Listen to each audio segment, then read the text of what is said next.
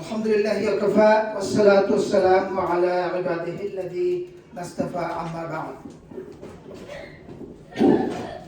সম্মানিত ভাই বোনেরা, আজকের হোম হালাকার বিষয়বস্তু হচ্ছে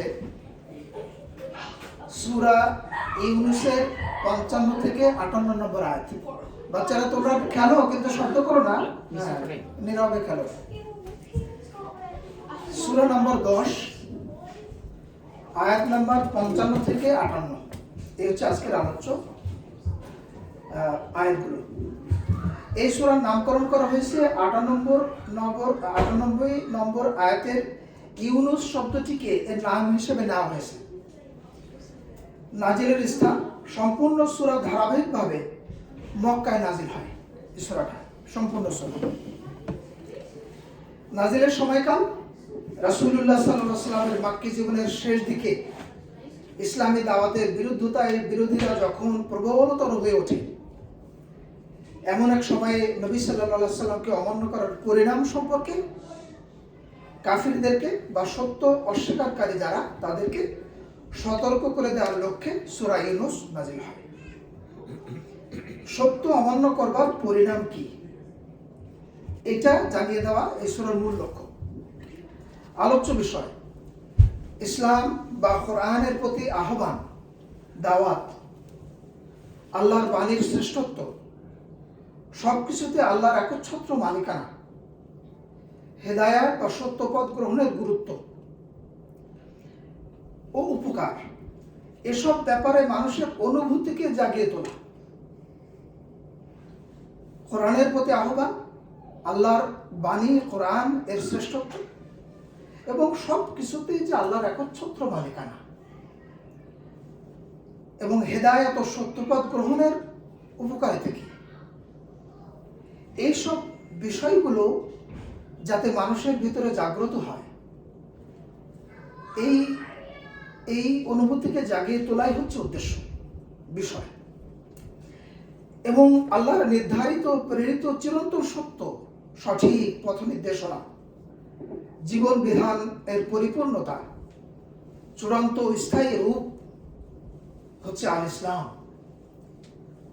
আমি আবার বলি লাইটা, আল্লাহর নির্ধারিত প্রেরিত চিরন্তন সত্য সঠিক পথ নির্দেশনা, জীবন বিধানের পরিপূর্ণ চূড়ান্ত স্থায়ী রূপ, জীবন কিভাবে চলবে সেটার একটা পরিপূর্ণ স্বচ্ছ রূপায়ণ যে ইসলাম, এটা অমান্য করার পরিণামটা কি, এই বিষয়ে সতর্ক করা হয়েছে। নাও টেক্সট। আউযু বিল্লাহি মিনাশ শাইতানির রাজিম, বিসমিল্লাহির রহমানির রহিম। আল্লাহ রাব্বুল আলামিন বলছেন, আলা ইন্না লিল্লাহি মা ফিস সামাওয়াতি ওয়াল আরদ। Is it not the case that to Allah belongs whatever is in the heavens and earth? বাচ্চাদের জন্য ইংরেজি বলতেছেন, বাচ্চার মধ্যে না থাকলে আমি পরবর্তীতে বাংলাতেই সরল অর্থটা বলে দিই। বাচ্চারা না, আপনি বাংলা বলেন, সবচেয়ে বাচ্চারা বুঝবে, ইংলিশ বলবে।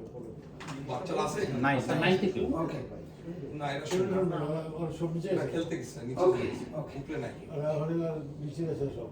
ওকে, তাহলে এটা আরবিটা বললে আমি সরল বাংলাটা বলি। সব ওরা নিচে গেছে সব। ওকে ওকে।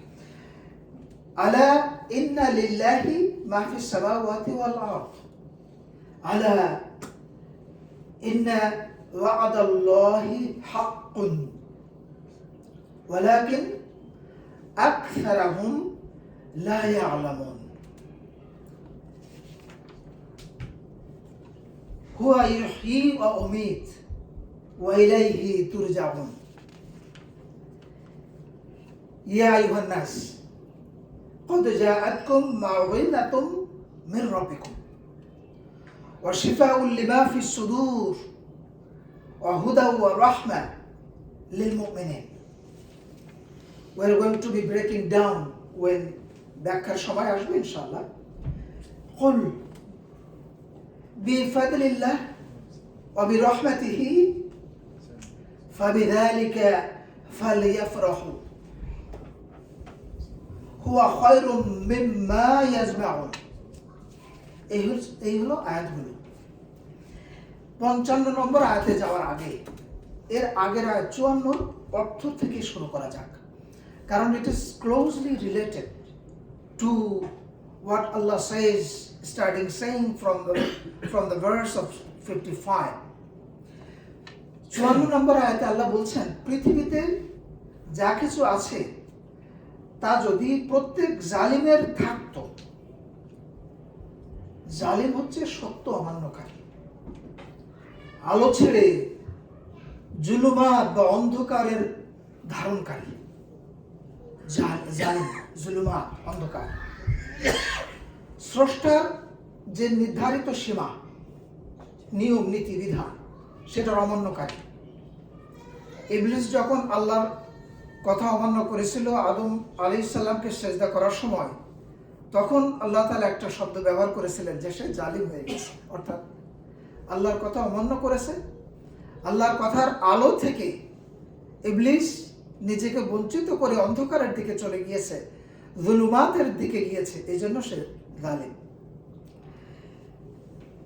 তো কিয়ামতের দিন পৃথিবীতে যা কিছু আছে তা যদি প্রত্যেকে এরকম জালিমের থাকতো, তাহলে তা নিজের মুক্তির বিনিময়ে দিয়ে দিত। যখন তারা আযাব দেখবে তখন তাদের অনুতাপ, আফসোস বা প্রায়শ্চিত্তের ইচ্ছা গোপন রাখবে। অর্থাৎ বড় বড় সর্দারেরা যাদেরকে পথহারা করেছে তারা যেন তাদেরকে লজ্জা দিতে না পারে, তাদের শাগরেদরা তাদেরকে যেন লজ্জা দিতে না পারে, এই জন্য এই ভয় দুর্বলদের কাছে তারা তাদের আফসোসটা লুকায় রাখবে। বড় বড় নেতাগোতারা যারা অন্যদেরকে ডাইভার্ট করেছিল ইসলাম পালন না করার জন্য, ইসলাম গ্রহণ না করার জন্য, সর্দাররা তাদের লজ্জা, তাদের প্রায়শ্চিত্ত ইচ্ছা, তাদের আফসোস এগুলো গোপন রাখবে সেই দিন। আর তাদের মধ্যে মীমাংসা করা হবে ন্যায়ের সঙ্গে, আল্লাহ রাব্বুল আলামিন বলছেন, এবং তাদের প্রতি জুলুম করা হবে না। দেখুন আল্লাহ রাব্বুল আলামিন বলছেন যে একজন জালিমের কাছে যদি দুনিয়ার সবকিছু থাকে, এই দুনিয়ায় মানুষ কত সম্পদের অধিকারী হইতে পারে, 100 বিঘা জমি, এত এত কোটি টাকা বা মানি প্রপার্টি, তারপরেও আমরা তাদেরকে ধনী বিবেচনা করি। আল্লাহ বলছেন যে ওই দিন ওই ব্যক্তিটার কাছে যদি সমগ্র দুনিয়া থাকে at his or her disposal, that person is going to be ready to give as ransom to be freed from the punishment of Allah subhanahu wa ta'ala. Now surah ayat number 55 আল্লাহ এখন বলছেন, আলা, স্মরণ রেখো, মনে রেখো, undoubtedly এই আয়াতটাতে আলা শব্দটা আল্লাহ 2 বার ব্যবহার করেছেন। আমরা কথা অনেক সময় বলি না যে সাবধান, কথা কিন্তু শুরু হয় নাই, কিন্তু এর আগে আমরা বলি যে সাবধান, অর্থাৎ pay attention, close attention, what I'm going to say now, স্টাইলটা এরকম। সো শুনে রাখো, নিশ্চয়ই আসমান ও জমিনে যা কিছু আছে তা সবই আল্লাহ তাআলার। নিঃসন্দেহে আল্লাহর ওয়াদা সত্য, কিন্তু তাদের অনেকেই এটা জানে না। They don't understand, they don't know, they don't have that effort to understand this.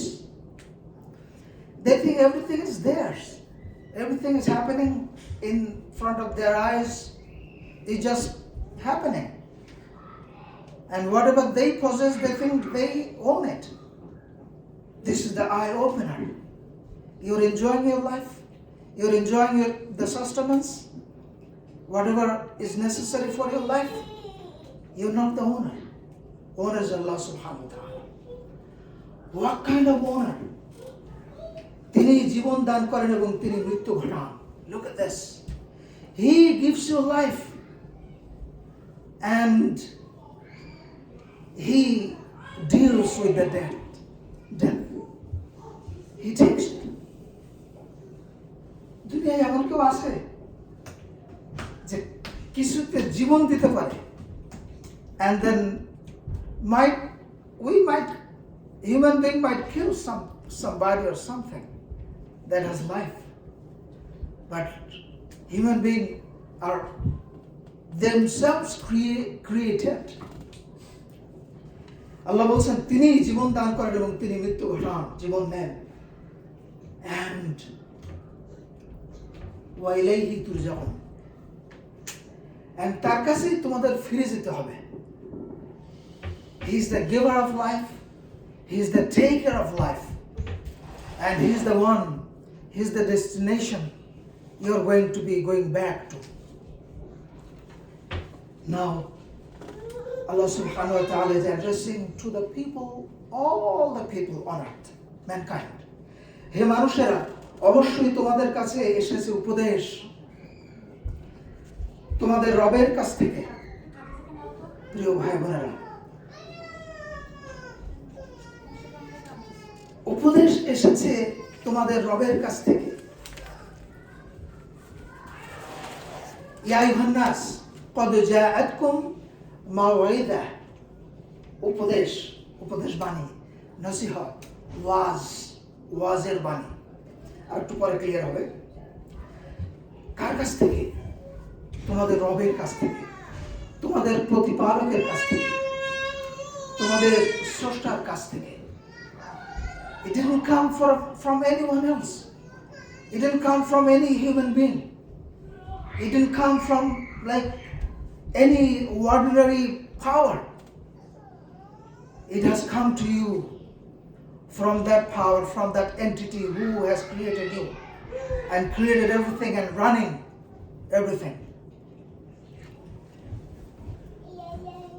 এর ভিতরে কি আছে এবং তোমাদের অন্তরে যা আছে তার নিরাময়। শিফা উল্লিমা ফিস সুদূর, শিফা আমরা বলি না, শিফা শব্দটা আমাদের কাছে পরিচিত। এই রোগের শিফা, ঔষধ, নিরাময়। কিসের? ফিস সুদূর, সদর, আমাদের বক্ষ দেশ, আমাদের চেস্টের ভিতরে যে অসুখ আছে, কোন ধরনের অসুখ থাকতে পারে, we're going to be clarified later ইনশাআল্লাহ। আর মুমিনদের জন্য রয়েছে হিদায়াত এবং রহমত।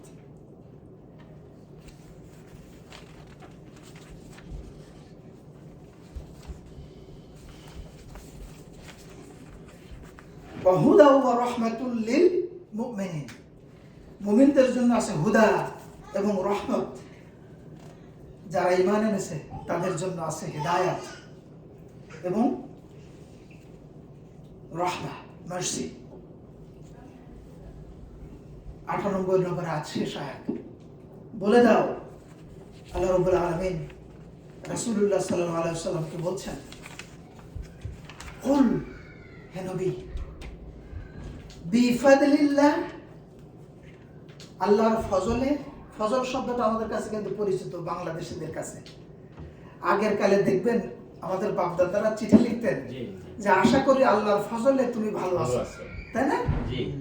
এইটার শব্দটা আমার একটু মনে পড়ে ওই সময়। এই ফজল আল্লাহ বলছেন, এই আয়াতে 3 বার আল্লাহ বি শব্দ ব্যবহার করেছেন। বি শব্দাংশ বা শব্দের যে জোড়ে আমরা বলি না, বি ইসমিল্লাহ, বিসমিল্লাহ, বি ইসমিল্লাহ, বি সাথে বা ইন উইথ আল্লাহর নামে। সো আল্লাহ বলছেন যে কুল, হে রাসূল, নবী আপনি বলে দিন দুনিয়ার মানুষের কাছে, বিফাদলিল্লাহ, in the mercy of Allah subhanahu wa ta'ala, wa bi rahmatihi, এবং তার রহমতের কারণে, فبذلك, whatever you got, the Quran, Islam, and to explain the Quran, and to explain Islam, and to be demonstrated Islam in the full form, I have given you the Prophet. By getting this, what you should do, you should rejoice. You should be very happy. You should be in a great joy. You should be in ecstasy. পরম আনন্দ তোমরা উপভোগ করো, তোমরা celebrate করো, because আল্লাহর রহমতে, আল্লাহর ফজলে, আল্লাহর অনুগ্রহে তোমরা এটা পেয়েছো, এই কোরআন, এই ইসলাম, এই নবী। And look at the last portion of this verse. The last portion.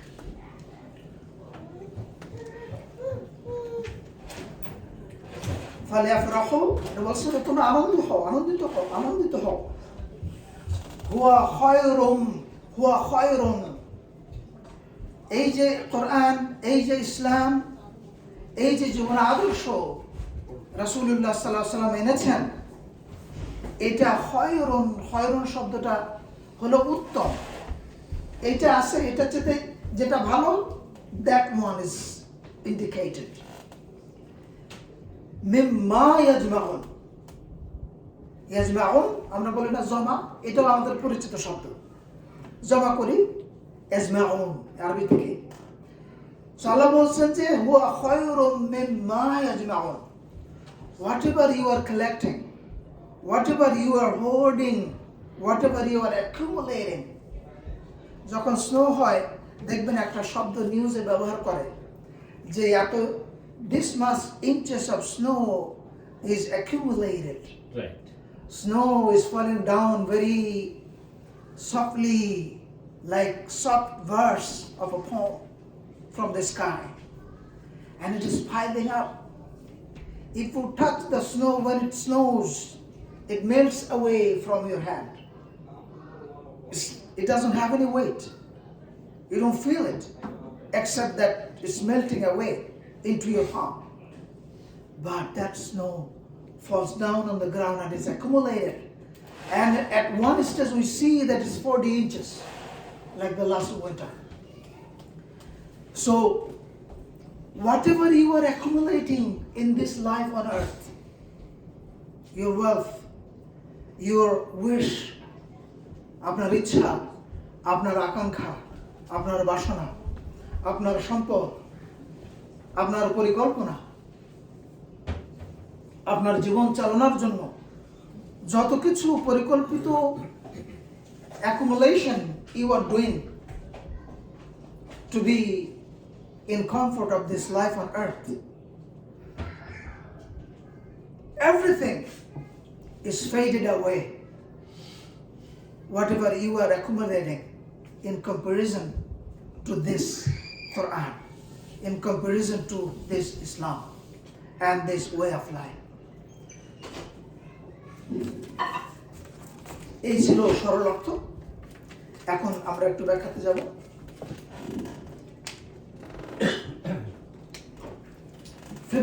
নম্বর ভার্সে আয়াতে আল্লাহ বলছেন ইয়া আইয়ুহান নাস ক্বাদ জাআতকুম মাওইযা মির রাব্বিকুম, হে মানুষ, নিঃসন্দেহে তোমাদের কাছে উপদেশ বাণী এসেছে তোমাদের প্রতিপালকের কাছ থেকে।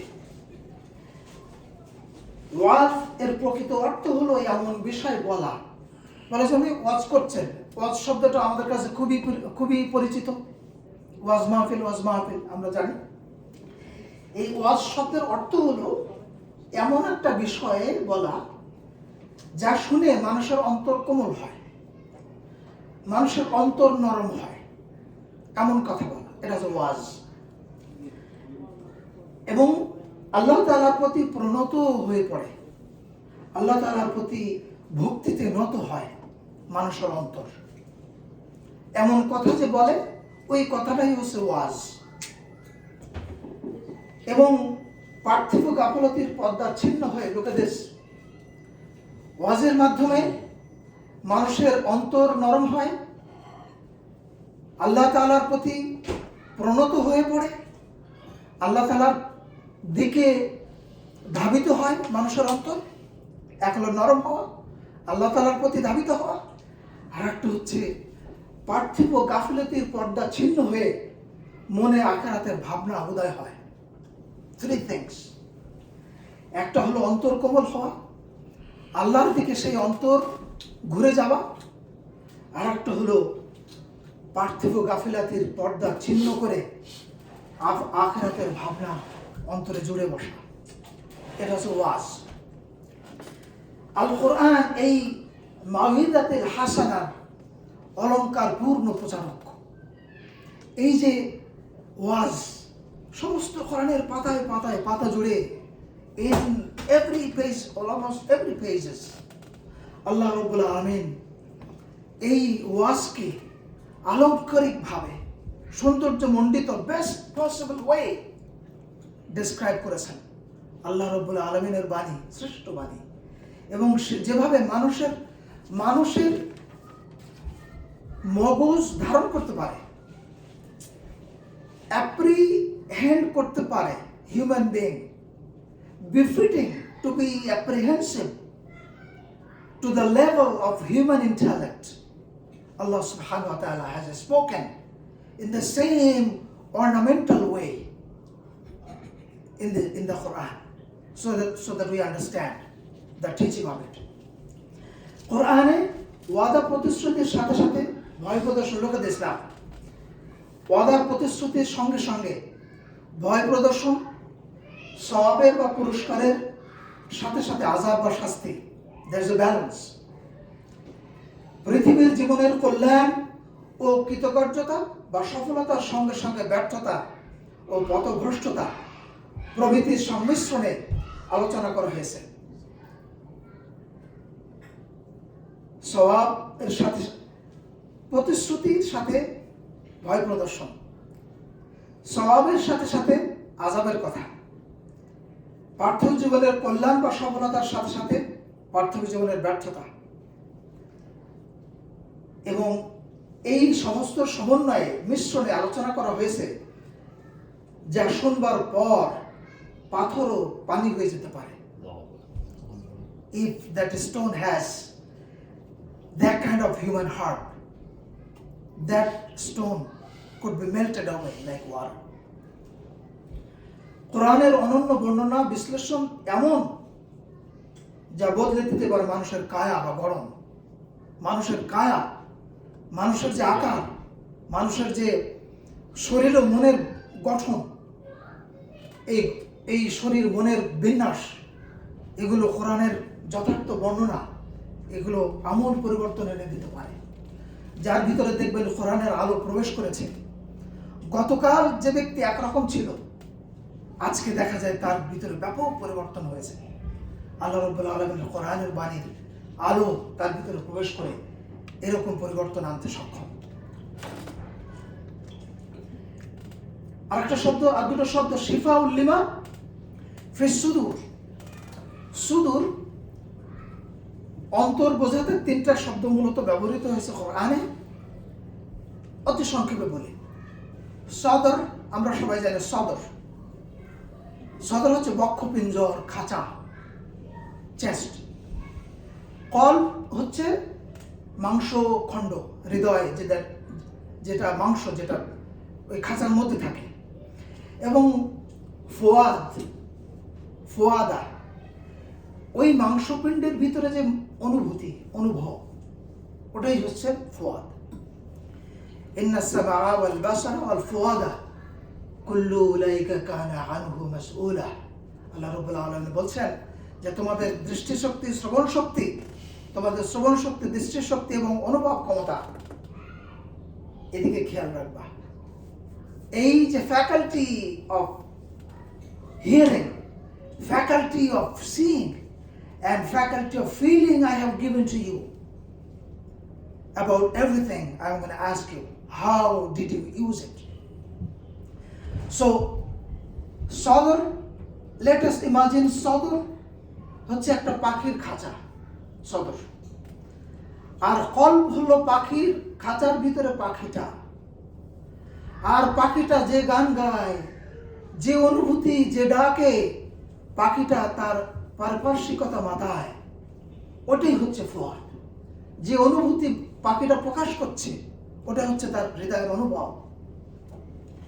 সো শিফাউল লিমা ফিস সুদূর, এই বক্ষপিঞ্জরে যে অসুখ আছে, the disease of disbelief, disease of misbelief, disease of lot of things that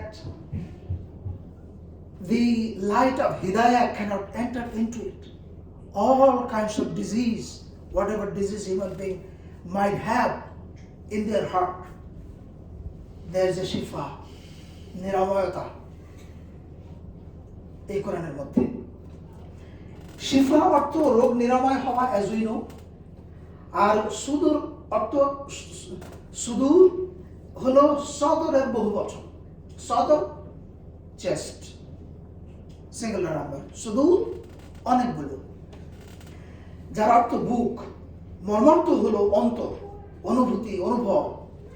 সার কথা হচ্ছে এই, কোরআন অন্তরের অসুখ সমূহের সফল চিকিৎসা, সুস্থতা এবং রোগ নিরাময়ের, অসুস্থতা এবং রোগ নিরাময়ের অব্যর্থ ব্যবস্থাপত্র।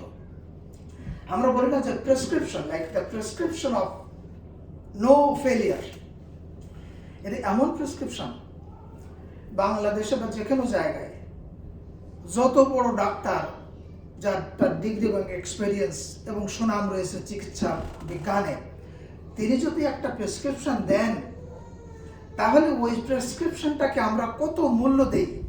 প্রতিটা ওষুধ ধরে ধরে আমরা ফার্মেসিতে গিয়ে ওষুধগুলো কিনি, আমরা পুঙ্খানুপুঙ্খভাবে সেই ওষুধটা পর্যবেক্ষণ করি এবং কখন কখন খেতে বলেছেন সেটা, সেই বক্তাটা কিন্তু আমরা ভুলি না। আল্লাহ রাব্বুল আলামিন ব্যবস্থাপত্র দিয়েছেন মানব জাতির জন্য, এটা হচ্ছে কোরআন এবং অব্যর্থ ব্যবস্থাপত্র।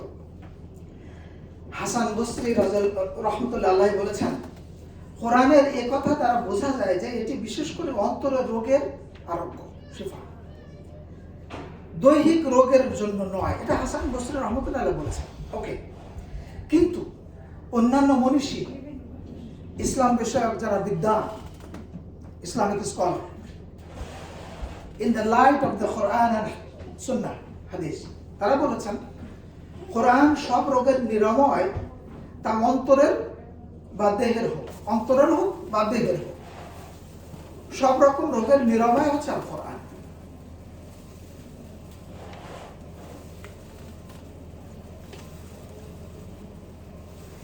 এখানে বুঝবার বিষয়, মনোযোগ দেবার বিষয়, মনের রোগের ধ্বংসকারিতা দেহের রোগের চেয়ে কিন্তু মারাত্মক। As we know, if a person is mentally unsound, no fruitful work can be expected from that person. যদি একজন মানসিকভাবে সাউন্ড না হয়, স্টেবল না হয় একজন মানুষ, তার মানসিক অবস্থা স্টেবল না, তার দ্বারা কিন্তু পৃথিবীর কোনো কাজ আপনি ভালো মতো করাইতে পারবেন না। আপনি যদি বলেন এই গ্লাসটা এখানে রাখে আসে, সে হয়তো গ্লাসটা ফেলে দিয়ে আসবে। Unusual work that person is going to do. So এর চিকিৎসা অর্থাৎ কোরআনের চিকিৎসাও যে কারো সাধ্যের, এর চিকিৎসাও যে কারো সাধ্যের ব্যাপার না। অর্থাৎ মনের রোগের ধ্বংসকারিতা দেহের রোগের চাইতে মারাত্মক। এই যে মারাত্মক রোগের চিকিৎসা করা, এটা কিন্তু যার তার আয়ত্তের ভিতরে না, যে কেউ এই রোগের চিকিৎসা করতে পারবে না। ভাই, সুদূর গ্রামের মধ্যে একজন এমন একটা অসুখে ভুগতেছে, কেউ ফাইন্ড আউট করতে পারে না। ভাই, গ্রামের কবিরাজ, ডাক্তার, হাতুড়ে ডাক্তার দিয়ে কোনো কাজ হয় না। What we do? We find out. If there is any doctor capable of curing that ill person in our country, we go to that person. যদি তা না হয়, আমরা বিদেশে নেওয়ার চেষ্টা করি। That means রোগ যত বেশি বড় মারাত্মক, তার ডাক্তারও তত অভিজ্ঞ এবং এইবল সামর্থ্যবান ডাক্তার আমরা তলাশ করি। মানুষের এই মনের ব্যাপারটা, কেউ একজন বলেছেন মন হচ্ছে একটা হিজিবিজি জিনিস। ভাই, মনের কোনো সন্ধান পাওয়া যায় না।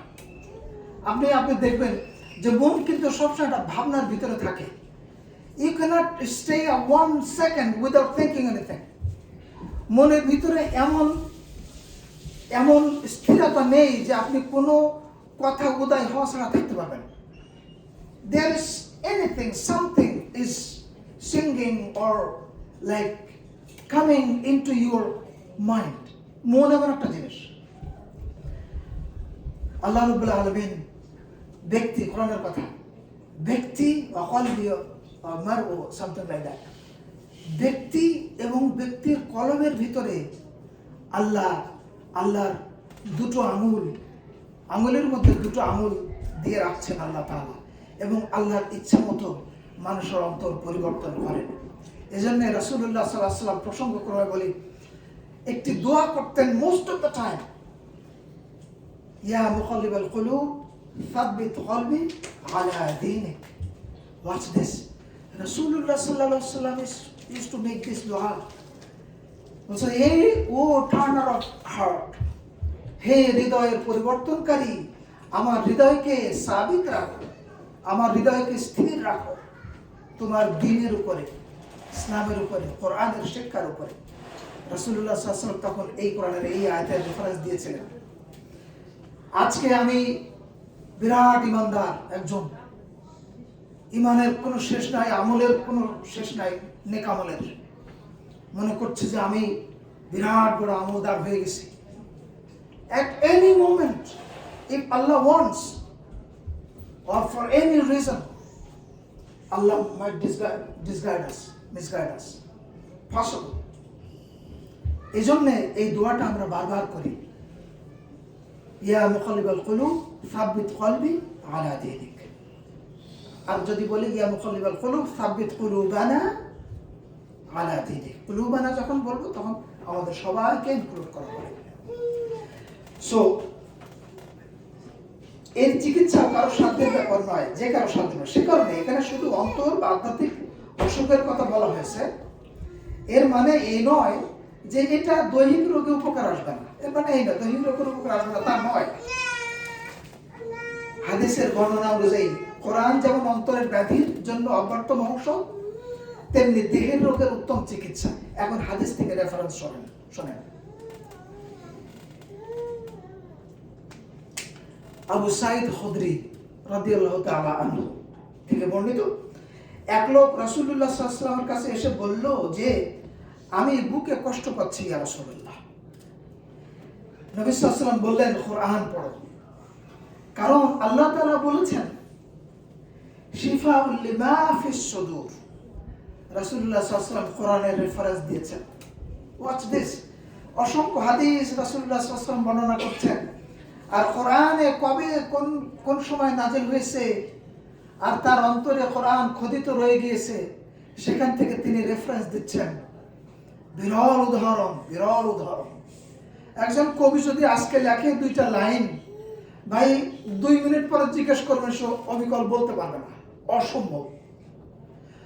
কখন, কোন সময়, কোন ভাবনায়, কোন শব্দ তার মনে দোলা দিয়েছিল, এবং কোন শব্দের অনুরণনে, প্রতিধ্বনিতে সে শব্দ সাজিয়েছিল, he doesn't know or she doesn't know after a while. কোরআন এত রিদমিক, এত সুরেলা, এত ঝর্ণার মতো চলমান শব্দ সম্ভার, এগুলো সাজিয়ে রাসূলুল্লাহ সাল্লাল্লাহু আলাইহি ওয়াসাল্লাম যখন বলেছেন যে this was revealed to me and he recited to his disciples, and after 2 days he didn't say that, you know what, I have a better word to put it in that place. Never happened. আপনি আজকে দুটো কবিতা লেখেন, 10 বছর পরে আপনার মনে হবে যে ওই শব্দটা, ওই লাইনটা ঠিক নয়, I can change it right now, মনে হবে আপনার। এটা মানুষের ব্যাপার। রাসূলুল্লাহ সাল্লাল্লাহু আলাইহি ওয়াসাল্লাম মক্কি জীবনের প্রথম যুগে যে সূরাটা বলেছেন, শেষ জীবনে এসে বলেন নাই যে সূরা 3-এর ওইখানে এই শব্দটা বেশি ভালো মানাবে, বলেছেন কখনো? Never said it. প্রিয় ভাই বোনেরা, এই হচ্ছে কোরআন। কোরআনে যখন খুলবেন হারিয়ে যাবেন আল্লাহর রহমতের দরিয়া। এত মধু, এত মাধুর্য, এত আলো দেখতে পাওয়া যাবে কোরআনের ভিতরে। সো আল্লাহ তাআলা বলেছেন, রাসূল সাল্লাল্লাহু আলাইহি ওয়াসাল্লাম বলছেন যে কোরআন যেসব রোগের জন্য আরোগ্য, যে বুকের মাঝে হয়ে থাকে, অর্থাৎ তোমার বুকে ব্যথা হয়েছে, রিড দ্য কোরআন। শব্দের প্রভাব এখানে অনেকে বলতে পারে এই হুজুররা কালে ফু দেয়, ফুতে কি হয়? অবিবেচনাপূর্ণ কথাবার্তা। ভাই, আমি যদি কারো প্রশংসা করি আজকে, আমি যদি ফারুক ভাইকে ধরেই বলি যে ফারুক ভাই আমার নাম নিয়ে না, সবাই আপনার একজনের কথা তো বলতে এক্সাম্পল যে আপনার ব্যবহার আমার খুব ভালো লাগে, আলহামদুলিল্লাহ, আপনি পরোপকারী, তার প্রশংসা আমি করলাম। এই দুইটা শব্দে তার ভিতরে ভালো লাগার একটা স্রোত বয়ে যাবে কি যাবে না? 100%। আর যদি আমি তাকে বলি যে ফারুক ভাই আপনার কোনো ব্যবহার আমার পছন্দ হয় না, আপনি অপছন্দের একজন মানুষ, এই কথাটাতে তার ভিতরে ম্যাচের কাঠের মতো জ্বলবে কি জ্বলবে না? 100%। তাহলে শব্দের প্রভাব আছে কি নাই? আছে, অবশ্যই আছে। ভালো কথায় মানুষের অন্তরে ভালো লাগার স্রোত বয়ে যায় ঠান্ডা জলের মতো ধারায়। আর যদি মন্দ কথা বলেন আমাদের রক্ত ফুটে ওঠে। আল্লাহ রাব্বুল আলামিনের কথা, যিনি সৃষ্টি করেন কুন ফায়াকুন দিয়ে, আল্লাহ বলেন হয়ে যায়। আল্লাহর শব্দই হচ্ছে অস্তিত্বের নমুনা, অস্তিত্বের কারণ। মুসা আলাইহিস সালামকে কি বলেছেন আল্লাহ, যে আমার শব্দ ছুড়ে দেওয়া হয়েছিল মারিয়ামের গর্ভে। দেন মুসা ঈসা আলাইহিস সালাম existed. Imagine this. Human sperm was not the cause. মানব বীর্য ঈসা আলাইহিস সালামের জন্মের কারণ নয়, অর্থাৎ পিতার বীর্য। আল্লাহ রাব্বুল আলামিন শব্দ পাঠিয়েছেন জিবরাইল আলাইহিস সালামের মাধ্যমে। জিবরাইল ছুড়ে দিয়েছেন, নিক্ষেপ করে দিয়েছেন মারিয়াম আলাইহিস সালামের গর্ভের ভিতরে। দেন a special human being, Isa alayhi salam, existed. Imagine that. এই হচ্ছে শব্দের শক্তি। এবং সঠিক শিক্ষা হচ্ছে, এর সঠিক শিক্ষা হচ্ছে বুঝবার অভাবে কোরআনকে শুধু দৈহিক রোগের চিকিৎসা বা পার্থিব প্রয়োজনে অনেকে পড়ে থাকে বা পড়িয়ে থাকে। এরা আত্মিক শুদ্ধতার প্রতি নজর করে না, কোরআন বুঝে হেদায়েতের উপর আমল করার প্রতি মনোযোগী হয় না। একজন কবি বলেছেন যে সূরা ইয়াসিন শুধু আমরা পাঠ করি কি জন্য? মৃত্যুর সময় মৃত্যু যন্ত্রণা সহজ হবে, এই জন্য আমরা সূরা ইয়াসিন পাঠ করি।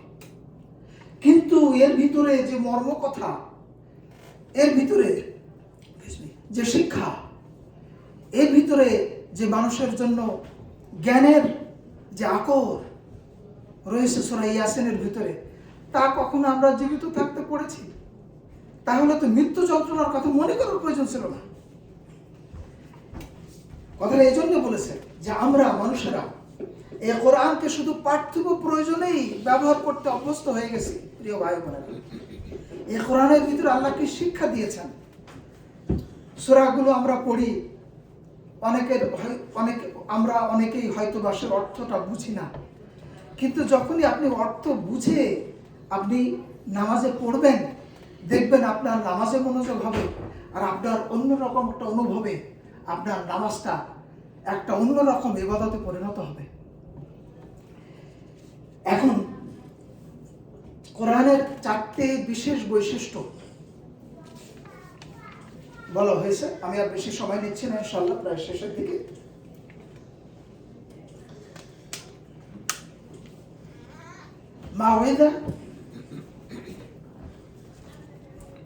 মাওয়েদার সম্পর্ক হচ্ছে ওয়াজ নসিহত বা উপদেশের সম্পর্ক হচ্ছে বাহ্যিক আমলের সাথে, শরীয়ত। আপনি আপনার বাচ্চাকে বললেন যে এটা তুমি করবা না, এটা করবা, that বাহ্যিক activities, and you can see, আপনি আপনার ছেলেকে বা মেয়েকে বললেন যে you do this homework in front of me, that kid brought the books and the notebooks and doing it in front of your eyes, you can see it. আপনি বলেছেন, আপনি উপদেশ দিয়েছেন, আপনি নসিহত করেছেন, আপনি ওয়াজ করেছেন আপনার সন্তানকে, and you can see the consequence in front of your eyes. That's বাহ্যিক ব্যাপার। নাও শিফা এর সম্পর্ক অভ্যন্তরের বিষয়ের সাথে। শিফাউল লিমা ফিস সুদূর, অন্তরের ভিতরে শিফা আসছে, আরোগ্য হয়েছে। নিরাময়তার বৈশিষ্ট্য আপনি কিভাবে টের পাবেন?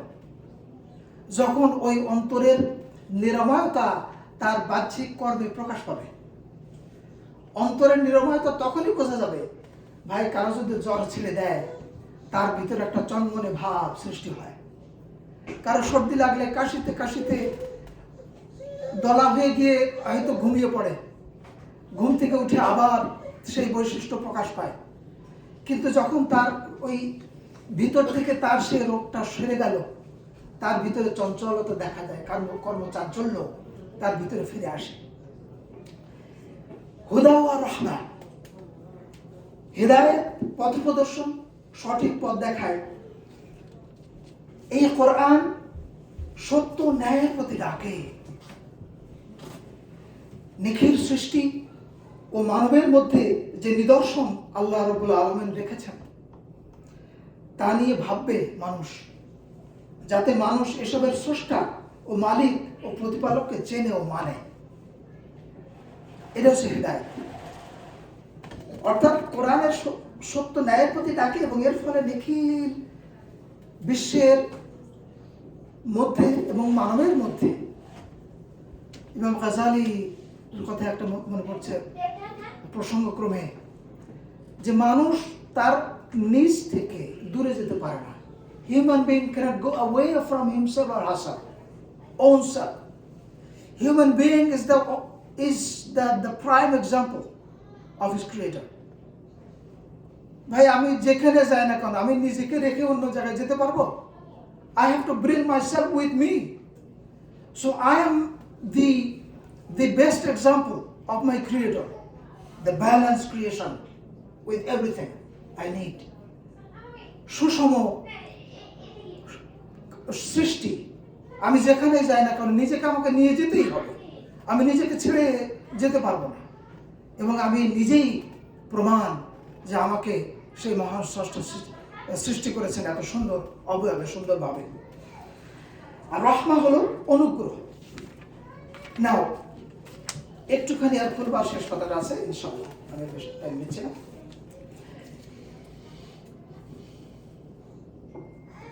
58 নম্বর আয়াত। কুল, হে রাসূল আপনি বলে দিন দুনিয়ার মানুষের কাছে, বিফাদিল্লাহ ওয়া বিরহমাতিহি ফাবিযালিক ফালিয়াফরাহু হুয়া খায়রুম মিম্মা ইয়াজমাউন। দুটি বিষয়কে আনন্দ উল্লাসের উপকরণ বলা হয়েছে। আনন্দ করো প্রিয় ভাই বোনেরা, সব সময় সব দিন কিন্তু কোরআন শুনবার সুযোগ আমাদের নাও হয়ে উঠতে পারে, হায়াতে নাও ফলাতে পারে। আজকে আপনাদের সবার সামনে আমি ধন্যবাদ এবং কৃতজ্ঞতা জানাই আমাদের আশিক ভাই এবং শিবু আপুরকে, এবং আরো যারা বিগত দিনে এই হালকার আয়োজন করেছেন এবং ভবিষ্যতে করবেন বলে আশা করেছেন, প্রতিশ্রুতি দিয়েছেন এবং সেই নিয়োগ ব্যক্ত করেছেন সবাইকে। যে আজকে আমরা বসেছি সেই তার কথা শুনবার জন্য, যিনি আমাদেরকে সৃষ্টি করেছেন এবং যিনি আমাদেরকে জীবন দিয়েছেন, তার কথা শুনবার জন্য। এবং তিনি বলছেন যে তোমরা আনন্দ উল্লাস করো। আমরা কিন্তু বহু কিছুতে আনন্দ উল্লাসে মেতে উঠি। I don't want to go to clarify those, we all know it. Even I myself. It's not that I'm away from that kind of things to be done. কিন্তু আল্লাহ বলছেন যে দুটো উপকরণ পেয়ে তোমরা আনন্দিত হও। এটা হচ্ছে ফাদল, আল্লাহর ফজল বা অনুগ্রহ, আর একটা হচ্ছে আল্লাহর রহমত। আনাস রাদিয়াল্লাহু তাআলা বর্ণিত হাদিসে রয়েছে রাসূলুল্লাহ সাল্লাল্লাহু আলাইহি ওয়াসাল্লাম বলেছেন, রাসূলুল্লাহ সাল্লাল্লাহু আলাইহি ওয়াসাল্লাম বলেছেন আল্লাহর ফজলের মানে হলো আল কোরআন। একটু মনোযোগ দেই, এটা হচ্ছে শেষ কথা। আল্লাহর ফজলের মানে হচ্ছে, ভবিষ্যৎ আপনারা যখন সূরা ইউনূস খুলবেন, এই আয়াতগুলো পড়বেন, তখন একটু সহজ হবে সবার জন্য বুঝতে। আল্লাহ রাসূল বলেছেন সাল্লাল্লাহু আলাইহি ওয়াসাল্লাম, ফজলের অর্থ হলো কোরআন, আর রহমতের মানে হলো তোমাদেরকে তিনি কোরআন পড়া এবং সে অনুযায়ী আমল করার যে তৌফিক দিয়েছেন, ওইটা। ইবনে আযব রাদিয়াল্লাহু তাআলা আনহু এবং আবু সাঈদ খুদরি রাদিয়াল্লাহু তাআলা আনহু থেকে বর্ণিত এবং অনেক তাফসীরকারগণের মতে ফজল অর্থ কোরআন, রহমত অর্থ ইসলাম। রহমতের এই যে মর্মটা, এই যে মর্মার্থটা, এই যে আল্লাহ আমাদের একটা লাইন বাদ দিয়েছে, আসলে এর অর্থ উপরের হাদিসের সঙ্গে মেলে। উপরের হাদিসে আল্লাহ রাসূল বলছেন যে ফজল মানে কোরআন আর রহমত হলো সেটা আমল করার তৌফিক। দ্বিতীয় হাদিসে বা দ্বিতীয় স্টেটমেন্টে হাদিসে ফজল মানে কোরআন আর রহমত মানে ইসলাম। আচ্ছা, এখন কথা হলো কি যে এই দুইটার ভিতরে কি বৈপরীত্য আছে নাকি মিল আছে? মিল আছে। কিভাবে? রহমতের মর্ম এই যে আল্লাহ আমাদেরকে কোরআনের শিক্ষা দান করেছেন এবং এর উপর আমল করবার সামর্থ্য দিয়েছেন, কারণ ইসলাম এই তথ্যেরই শিরোনাম হচ্ছে ইসলাম। ইসলাম এটাই দিচ্ছে এবং এই ইসলাম দেওয়ার কারণেই আমরা বলতে পারি যে আল্লাহ তৌফিক দিয়েছেন বলেই আমরা ইসলাম পালন করতে পারছি। সুতরাং আল্লাহর তৌফিক হচ্ছে আল্লাহর রহমত। শেষ হাদিস আব্দুল্লাহ ইবনে আব্বাস রাদিয়াল্লাহু তাআলা আনহু, রাসূলুল্লাহ সাল্লাল্লাহু আলাইহি ওয়াসাল্লামের চাচাতো ভাই ইবনে আব্বাস রাদিয়াল্লাহু আনহু ছিলেন শ্রেষ্ঠ মুফাসসিরে কোরআন। শ্রেষ্ঠ মুফাসসিরে কোরআন রাসূলুল্লাহ সাল্লাল্লাহু আলাইহি ওয়াসাল্লাম দোয়া করেছিলেন। ছোট্ট বালক রাসূলুল্লাহ সাল্লাল্লাহু আলাইহি ওয়াসাল্লামের ওযুর পানি এগিয়ে দিতেন, সবসময় কাছে কাছে থাকতেন। উনি কি চান, কি ওনার দরকার। দেখেন, জ্ঞান শুধু যে পরিণত বয়সে আসবে তা না, জ্ঞান আসতে পারে অত্যন্ত ছোট বয়সেও। এই জন্য we should not ignore the little children that they don't know anything, they don't understand. They understand. Sometimes they have better understanding than the adults. ইবনে আব্বাস ওযুর পানি নিয়ে আসতেন, রাসূলুল্লাহ সাল্লাল্লাহু আলাইহি ওয়াসাল্লাম খুশি হয়েছেন, দোয়া করেছেন। এবং ইবনে আব্বাসের চাইতে বড় মুফাসসিরে কোরআন হয়নি, হবে না।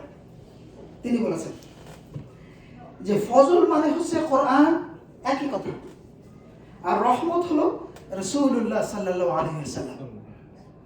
মিলটা কোথায়? আল্লাহ তাআলা বলছেন ওয়া মা আরসালনাকা ইল্লা রাহমাতাল লিল আলামিন।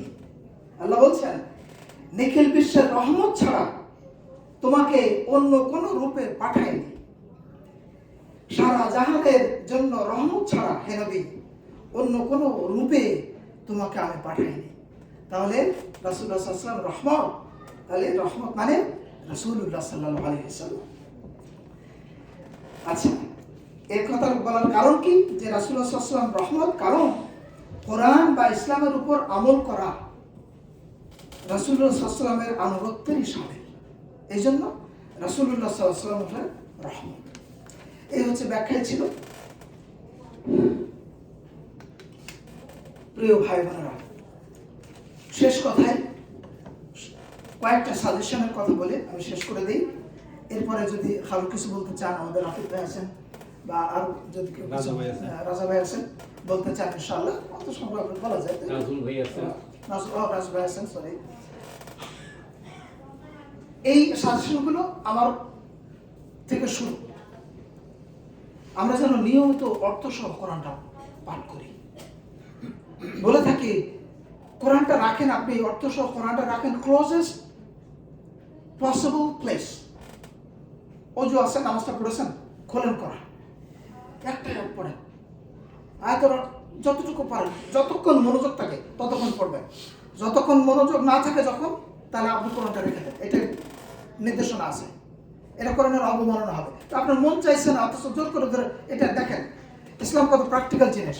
আপনার মনোযোগ নাই, ইউ হ্যাভ টু রিড ইট।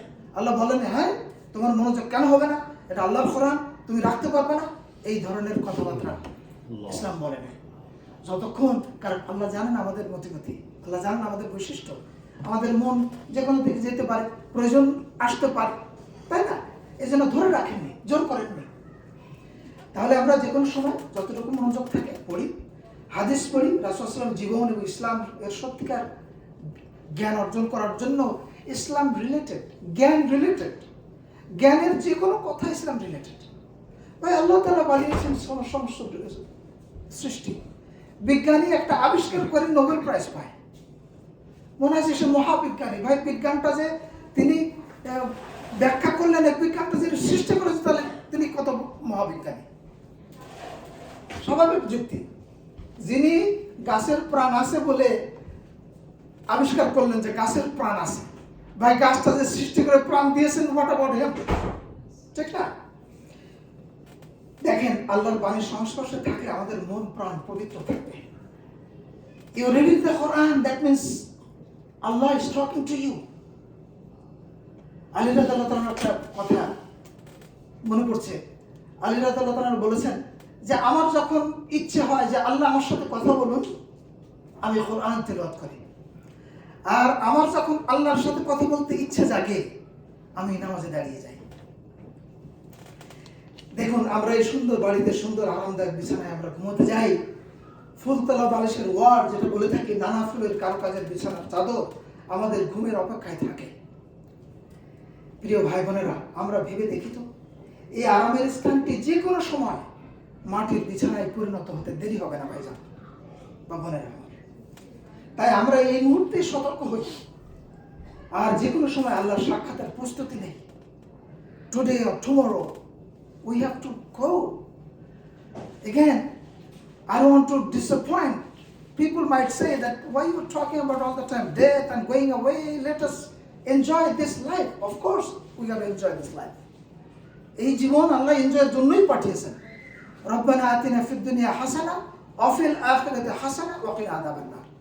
শ্রেষ্ঠ দোয়া রাসূলুল্লাহ সাল্লাল্লাহু আলাইহি ওয়াসাল্লাম। রাসূল সাল্লাল্লাহু বলছেন যে আল্লাহ আমাদেরকে এই দুনিয়ায় কল্যাণ দাও, আখিরাতে কল্যাণ দাও এবং জাহান্নামের আগুন থেকে বাঁচাও। লোক দেশ রাসূল সাল্লাল্লাহু আলাইহি ওয়াসাল্লাম শুধু বলেন না যে আখিরাতের কল্যাণ দাও, এই দুনিয়া আবার কল্যাণ দিও না, এই কথা রাসূল সাল্লাল্লাহু আলাইহি ওয়াসাল্লাম এই দোয়া করেননি। He asked for both life. এই হচ্ছে আমার পক্ষ থেকে কথা ছিল। অনেক ধন্যবাদ, জাযাকাল্লাহ খায়র ধৈর্য ধরে শোনার জন্য। সুবহানাকাল্লাহুম্মা ওয়া বিহামদিকা আশহাদু আল্লা ইলাহা ইল্লা আনতা আস্তাগফিরুকা ওয়া আতুবু ইলাইক। আসসালামু আলাইকুম ওয়া রাহমাতুল্লাহি ওয়া বারাকাতুহু। ওয়া আলাইকুম আসসালাম।